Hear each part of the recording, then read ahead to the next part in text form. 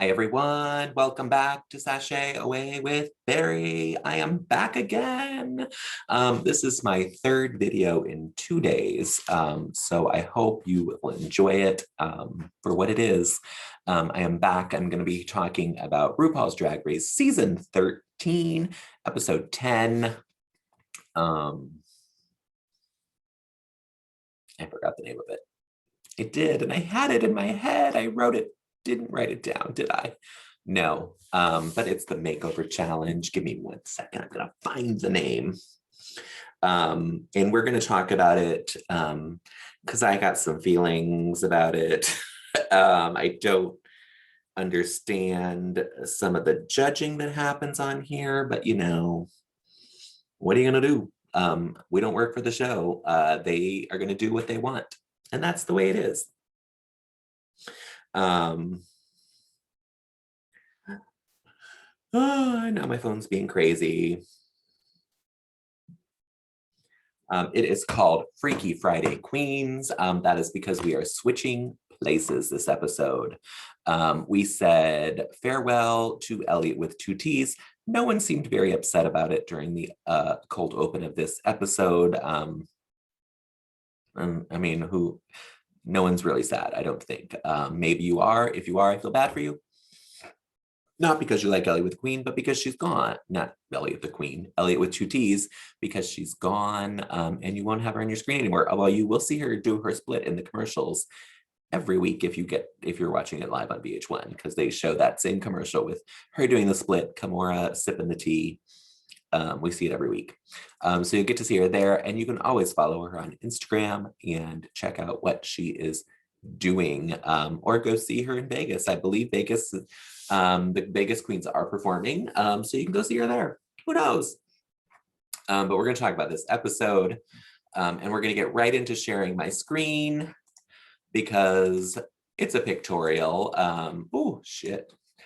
We start off with RuPaul coming into the workroom, wearing her pussy bow leopard shirt, and the most tame suit I think I've ever seen RuPaul wear.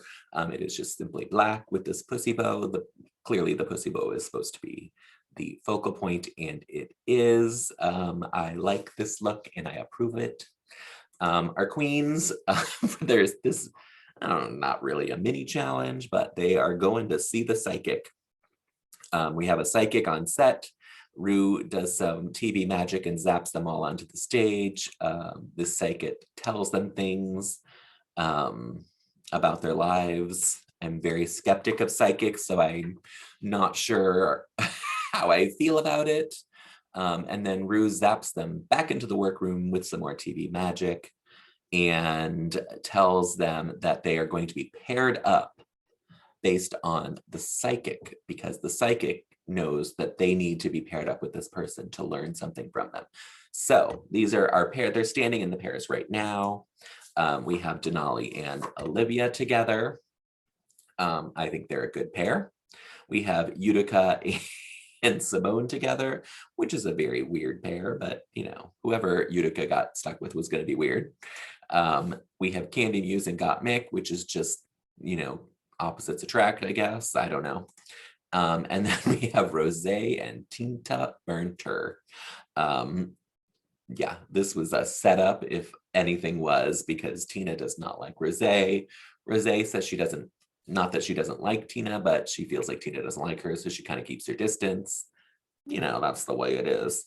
So these are our pairs, and what's going to happen is they are going to be making over each other, but they are going to be making each other into their own doppelgangers. So for instance, in this one, Rosé will be making Tina Berner look like Rosé, and Tina Berner will be making Rosé look like Tina Berner. They all get to meet with Ru to talk about it. They go through all their clothes. Some things have to be taken in, obviously, because of sizes. Oh, excuse me. I had a long day at work today, everyone. I apologize for that. Obviously Candy Muse and Gottmik cannot share clothes. That is just a fact. Ru meets with all of them, and then they go to the main stage to learn each other's walk, which I thought was very funny. And I thoroughly entertained it. If you haven't watched the episode, please do, because that alone is worth it. Seeing them try to imitate each other. Some are very good. Some are just ridiculously funny. And so you could take it as it is. That's all we really got on this episode. It was a lot of workroom talk because they were working on each other, and we get to see them painting each other. We get to see Rosé put on a giant Tina Berner wig, and everyone goes crazy about it. Yeah, it was just a lot of time in the workroom. It was like an episode of almost nothing happening, but we did get to know the girls a little more. And I guess, you know, since we started out with 13, now we're down to 8, it's a good time to do that. So that's that. Miss RuPaul on the runway is giving us red liquid gown.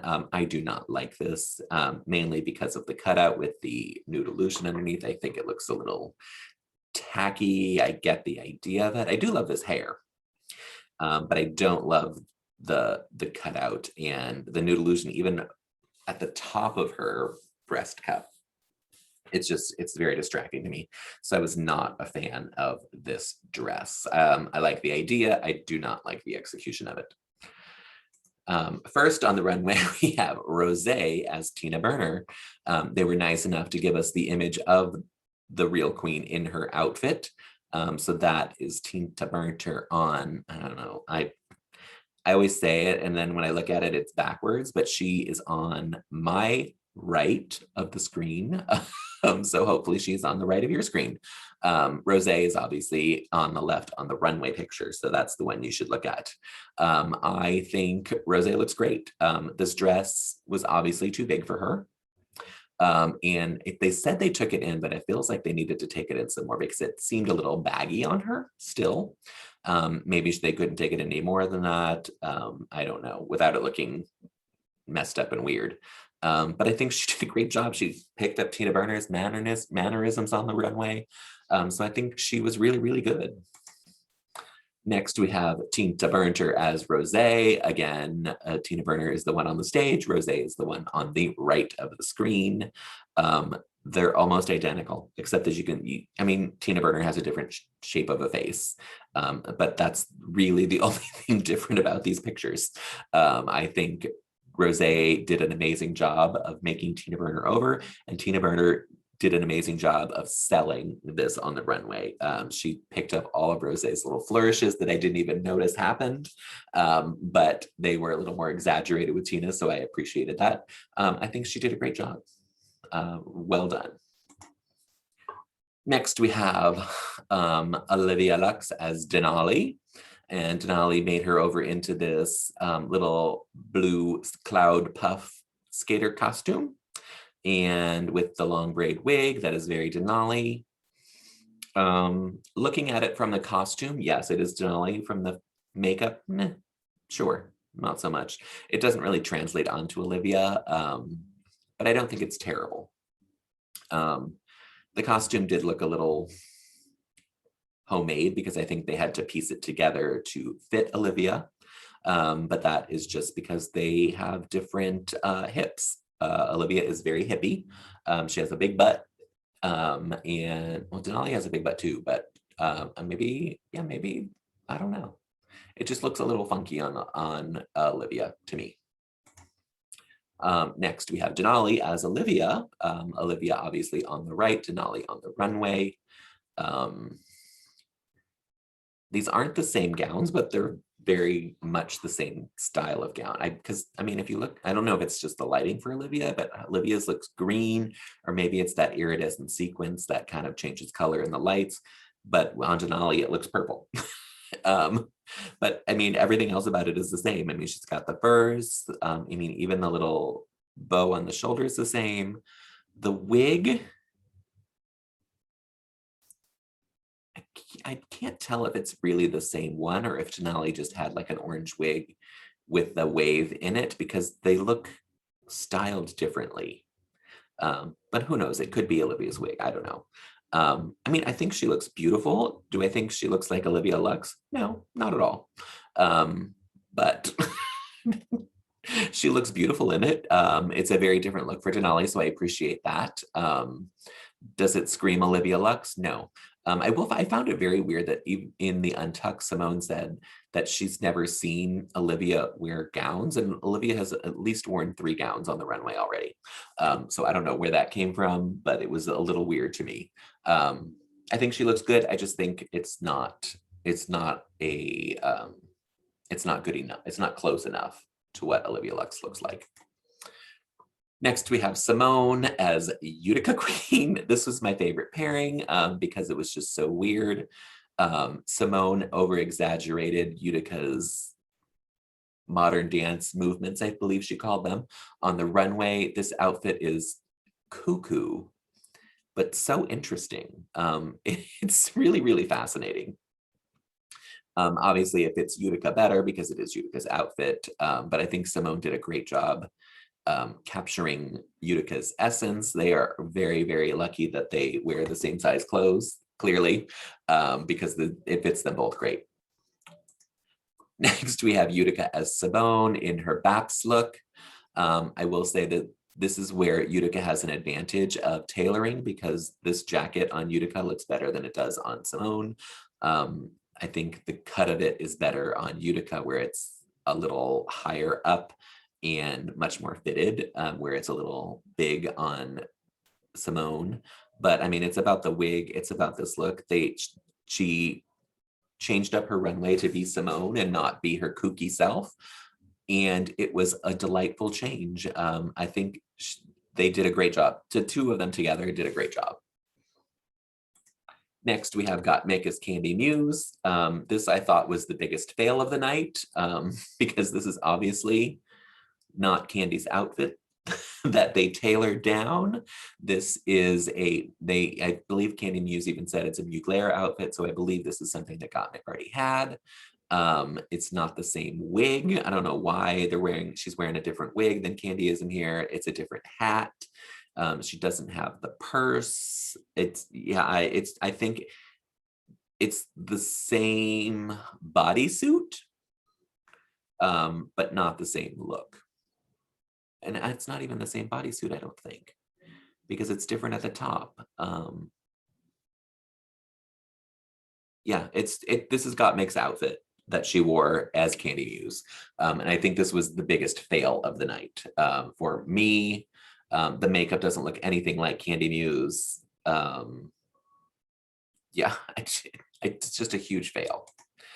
And then you have Candy Muse as Got Mick, and this is a complete success. Got Mick did what she needed to make Candy Mick. Now I'm calling her Candy Muse into Got Mick. This is a replica, and it is a great replica. And they had to make this outfit because Got Mick's outfit is not going to fit Candy Muse. So they had to come up with this. So props to that, but that is props probably to Got Mick and not Candy Muse. Yeah, I mean, they could have made Candy's eyes a little bigger like Got Mick's, but that is my only critique of this outfit. Otherwise, I think Got Mick did a great job making over Candy Muse. But our winners were Simone and Utica. They each get $5,000. That's a cash prize. You'll see Got Mick in the background. That is because Got Mick and Candy Muse were sent back safe first, which totally blew my mind. And it made no sense to me. I was confused by it. I didn't get it. But I am proud that these 2 came out as the winners. They deserved it. They did a great job. Candy Muse had a little tantrum on the runway because all the queens were asked who should go home, and one person picked Candy Muse, and then she popped off about it and said that both of that team should go home because of it. It was not a pretty look on Candy Muse, but the judges didn't seem to care. Candy Muse complained that that she and Got Mick had the hardest challenge because of their body sizes. Who cares, girl? It's a game. You're paired up together with your friend. And you failed. Got Mick succeeded. You failed. And I would have said Candy Muse as well. I think everyone should have said Candy Muse. Most of the people said Olivia. Denali said Candy Muse and Olivia said Utica. And I think those were the only ones. Well, and then Candy Muse said both Olivia and Denali because she said their team should go home because they were the worst. They were, granted, as a team, I will say. But these are our winners. And then they sent Tina, Berner, and Rose back to safety, which I was so surprised that they were the other bottom group, because I thought they could have won it. I fully agree that Simone and Utica won, but I thought Candy Muse, oh my God, I can't get fucking Candy's name out of my mouth. Rose and Tina were a very close second. And I honestly would have put Gottmik and Candy Muse in the bottom. I know they're not going to get rid of Candy Muse. That is why I say that they were paired up together, because they were never going to put Gottmik and Candy Muse in the bottom. And so they had to make it look like it wasn't rigged that way. But Olivia and Denali are going to be lip syncing to Shackles Praise You by Mary Mary. I don't know the song. I believe it's a gospel song. It sounds like one. And the lip sync was fine. It was good. This, to me, it wasn't fine. It was a good lip sync. They both did a really good job. This is the kind of lip sync that is worthy of a double save, not when you save Candy Muse just because you want to keep her on TV. So I feel bad for Denali this week, because Denali was the stronger of her pair. And they just happened to be judging by groups this week, which is something they never do. It is just something that doesn't happen on the show. Even when they compete in groups, they always say, but you'll be judged individually. They were just trying to get rid of Denali this week. It felt like it was like, your time's up, time to go. We got to dump you. Your story's over. So I felt bad for her because she was put in the bottom, not because she was the worst, but because she was in a group that was the worst, because it really should have been Olivia and Candy Muse in the bottom. And they're never going to let Candy Muse go. And it makes me crazy, because it makes the show less about drag and more about TV. It's doing a disservice to Candy Muse, because they're portraying her as a better drag queen than they're not portraying her. They're giving her the sense that she is a better drag queen than she really is. And yeah, it cheapens the show. It lessens the show. It makes it not about drag. It makes it about making television. I can't believe that there are so many people, they're really betting on Candy Muse, and she is not well liked by the public from what I can see. And so I think they made the wrong bet, and now they are stuck with it because of the editing. And so they are pushing her as far as they can, probably all the way to the top 4, if not definitely probably the top 5, because they want to keep her on our TVs as long as possible. That is the last of my Candy Muse rant. The winner of this lip sync was Olivia. She had a little breakdown on the stage. I think because she was sending Denali home, but also because all the queens had picked her that she should go home, and she did a great lip sync. So she gets to stay. And I kind of hope she wins next week just to prove them wrong, because I think Olivia is a great queen. She just didn't do well this week. That's all. That means we're saying goodbye to Denali. Again, I feel bad for her for the way this was judged, because if it was judged by the worst, she would not have been in the bottom. It would have been Olivia and Candy. She also is being sent home in not one of her looks. This is someone else's look that you have to go home in. And so I feel bad for that, because you're leaving not in one of your looks that you love. I have never been a Denali fan, so I'm going to say that right now. I've praised her when she's done well, but there's something about her that I just don't like. She has like this bratty attitude that I don't appreciate. It was not evident on this episode, which I appreciated, but I think that's because she kind of saw the writing on the wall, that she was not going to be successful this week, and that's that. Her message on the mirror, I don't understand what this Clara is. I don't know what that means. If you know what it means, please put it in the comments, because I have no idea.